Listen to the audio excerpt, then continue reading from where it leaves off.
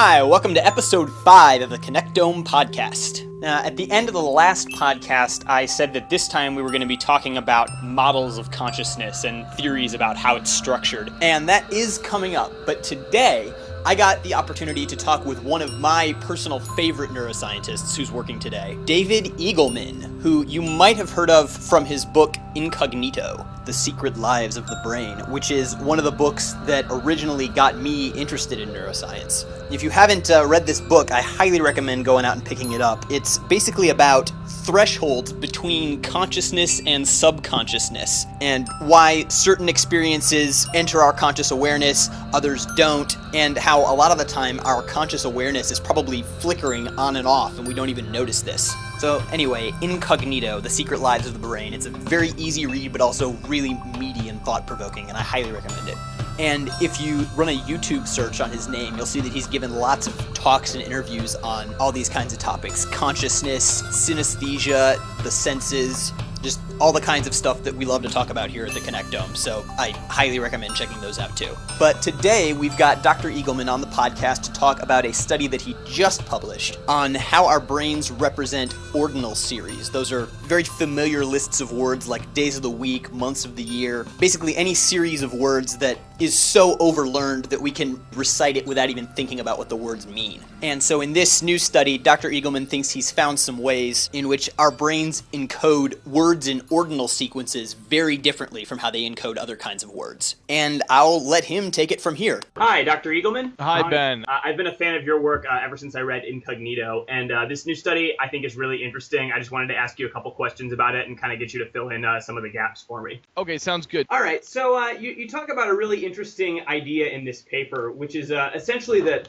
the more predictable a list of items is, the more processing for those is going to shift over into the right hemisphere rather than the left. What are some reasons why that might be? Actually, the general lesson from this is that the more things are predictable, the less energy the brain has to use in order to figure out what it's seeing. So the bottom line is that, the brain is trying to save as much energy as possible because we're mobile creatures that run on batteries, and we have to do everything with maximum energy efficiency. We can't plug into a wall.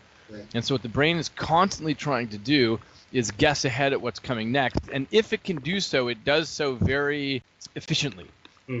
That's really the key thing, the key idea at the bottom of this. And what we found is that, when it's overlearned sequence, the key about overlearned sequences, is that they're totally arbitrary, right? Things like Monday, Tuesday, Wednesday, Thursday, or just made up human cultural artifacts. And they're difficult for children to learn. But what we found is that there's actually a different neuroanatomical substrate to that. It's actually stored in a different part of the brain. Is this where you're talking about decreased activity in the medial temporal gyrus and the inferior parietal when a list is it's very predictable? Exactly right. That's exactly it. So when you know what's coming next, the amount of activity that we see in neuroimaging shrinks down to just a bit of what it was before. And as opposed to when it's something that you don't know exactly what's coming next, your brain has to burn a lot more energy to represent it. So there are really two discoveries in here. It's sort of a two-parter, I guess. The first is that when we're just looking for which parts of the brain care about Monday, Tuesday, Wednesday, Thursday versus cow, bear, dog, horse, which has no particular sequence to it, even though we try to match the number of letters and all that stuff, what we find is that it's the overlearned sequences are much more a right hemisphere phenomenon. The second punchline is the one that I just mentioned, which is now looking at those areas in the right hemisphere, what we find is that if it's predictable, then the green bars in figure 2b, if it's predictable, you're burning very little. If it's unpredictable, if it's the exact same stuff, but instead now it's Wednesday, Sunday, Thursday, Saturday, then you have to burn a lot more energy because even though it's exactly the same stimuli, you don't know what's coming next. Sure, that makes sense. Elsewhere in the paper, this is something I was curious about. You mentioned that a decrease in bold signal between sequential and scrambled list isn't necessarily statistically significant. So are we talking about two different kinds of things there? Yes. So there's two things. The figure 2b, what that shows is the number of voxels. In other words, the size of the cluster that lights up statistically significantly. So in 2b, what we're showing is, wow, the total real estate that you're using is much bigger and detectable on brain imaging, fMRI. What figure 2C and D show is if you now just look in those areas, if you zoom in on those areas that are active in both cases, it's not that the total amount of activity went down within those areas, it's that the whole real estate shrunk. Mm-hmm. So what we were trying to do was figure out, so if you look at figure 2A, what you see is that if things are scrambled, you get the red giant real estate blobs. Mm-hmm. And if things are sequential, it shrinks way down to these green ones. Mm-hmm. And we were trying to figure out is, okay, why? Is it that you've got this sort of mountain of activity that's going under the ocean so that only a little bit of the mountain sticking up above? Or is it that the height of the mountain is exactly the same, but it just shrinks and becomes narrower? That's what we were trying to get at with figure C. I think what we had to conclude is that we don't know. I mean, that's the last sentence of the figure we put. Look, it could be due to a near uniform change or a sharpening, meaning the mountain gets narrower. We don't really know, but all we know the reason we were showing 2C is because it certainly suggests that the amount of activity, even in the small region, the amount of activity goes down. It's just that it wasn't statistically significant to show the difference between the red and the green and the blue surfaces in figure C. Okay. So figure 2B is definitely statistically significant that we see a totally different, a smaller neuroimaging signature. That's statistically significant. Okay, that makes sense. All right. And then to me, one of the most interesting points that you sort of touched on as a side note almost was that these sequential stimuli, predictable lists, elicit essentially zero activation in the anterior and posterior cingulate and possibly some decreased activity of the default mode network. This touches on a theme that you touched on back in Incognito, which is essentially that we seem to have this increased sense of self-awareness in unpredictable situations. Could that be related at all? Oh, interesting. Okay, well, so as in Incognitos, there's increased self-awareness. Yeah, consciousness comes online when we can't predict what's coming next. Mm-hmm. So you're saying, interesting. So what you're suggesting is, okay, is there a link here between saying, look, when things are less predictable, let's say when things are totally predictable, as in the sequential, the difference between seeing what's happening in sequential and scrambled might be an index of or a correlate of how much attention you have to pay or how much conscious awareness you have. Exactly. I think that's very cool. I don't know that I have enough data to stand on to say that, but I think that's a very cool connecting of the dots. All right. Connecting of the dots with a dashed line, meaning we don't know. I think that's a very good direction to sniff in. Yeah, that's cool. Okay, gotcha. Well, those were essentially all the main questions I had for you. Is there anything else that you wanted to touch on or that you think is important to include? No, I think that's it. The thing that I was so jazzed about with this, or one of the things I should say, is, and it's in the paper in the intro, but, I'd always wondered, how is it that sometimes people get brain damage and they lose language, and yet they still have some language remaining? Right. But specifically, it's things like they can say the weekdays, they can say the months, all that stuff. These overlearned sequences remain. And that suggests, in the absence of knowing anything else, that suggests that there's a different neuroanatomical substrate. It's not, even though it's language, and we all think about language as being left hemisphere for most people, you may be aware that one of the things that I do in my lab is synesthesia research. Mm-hmm. And almost all forms of synesthesia, not all, but almost all, are triggered by overlearned sequences where letters have color, numbers have colors, weekdays and months have colors, or they have spatial layouts, or they have all these things. And I think I know what's always been assumed in the literature and often explicitly stated in the literature is that synesthesia must be sort of a left hemisphere phenomenon where you have these language areas connecting to other areas like color or texture, or spatial layout, or things like that.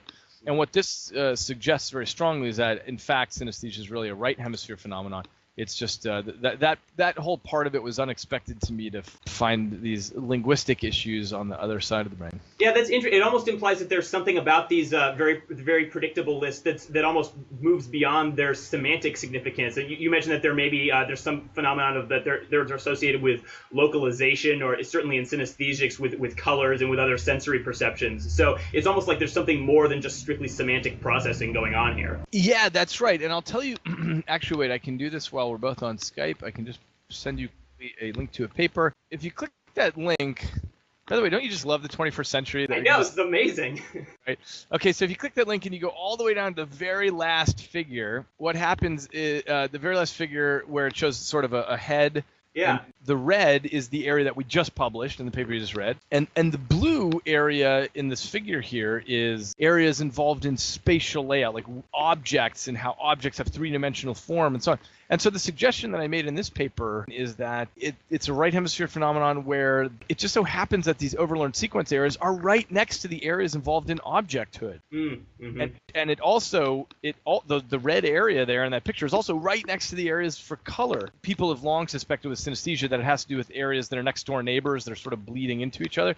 But what is new is saying, look, I think it's the right middle temporal gyrus, which is right next to these areas for objects, right next to others for color, and so on. Yeah.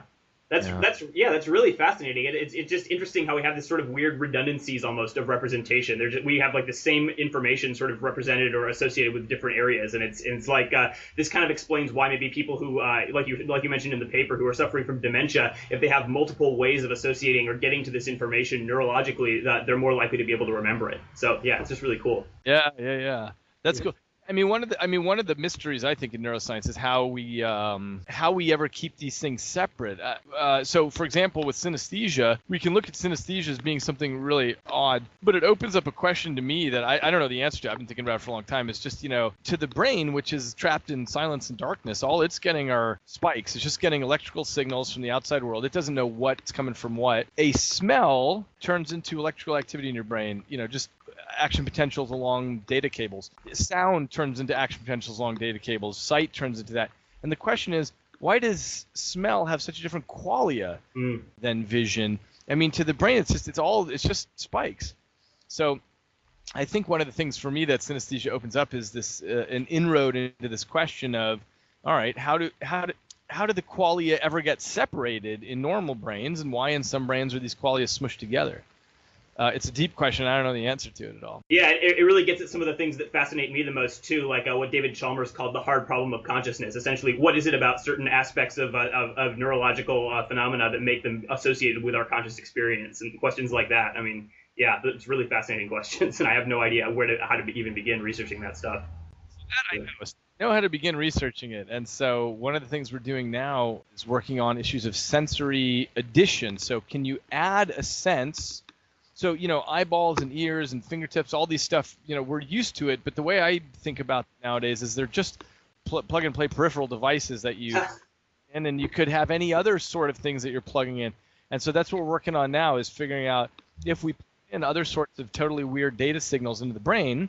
But the question is, what would it feel like? What would it feel like if you perceive stock market data or weather data or things like that? And we're actually working on several things, many of which I'm going to keep under the radar for the moment, but that's how we're getting at the question. Yeah, that's really, really fast. One thing I've been fascinated by for a while is those little electromagnetic implants that some people put in their fingers. And it's just, like you said, the qualia of that is a really interesting question. I'm curious what it feels like. So, yeah, exactly. Yeah.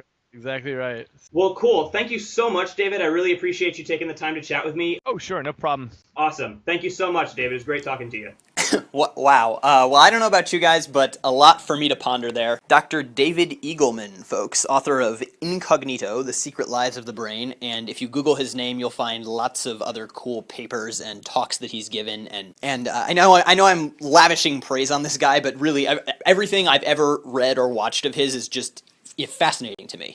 So thanks to all you listeners for joining us again for another exciting Connectome podcast. And next time, I will be talking about models of consciousness. And after that, we've got interviews with a bunch of other neuroscientists lined up for the rest of the year, all of them working on just mind-blowing stuff. So stay tuned, keep listening, it's all coming. And until then, have a great week, everybody. Go do some science!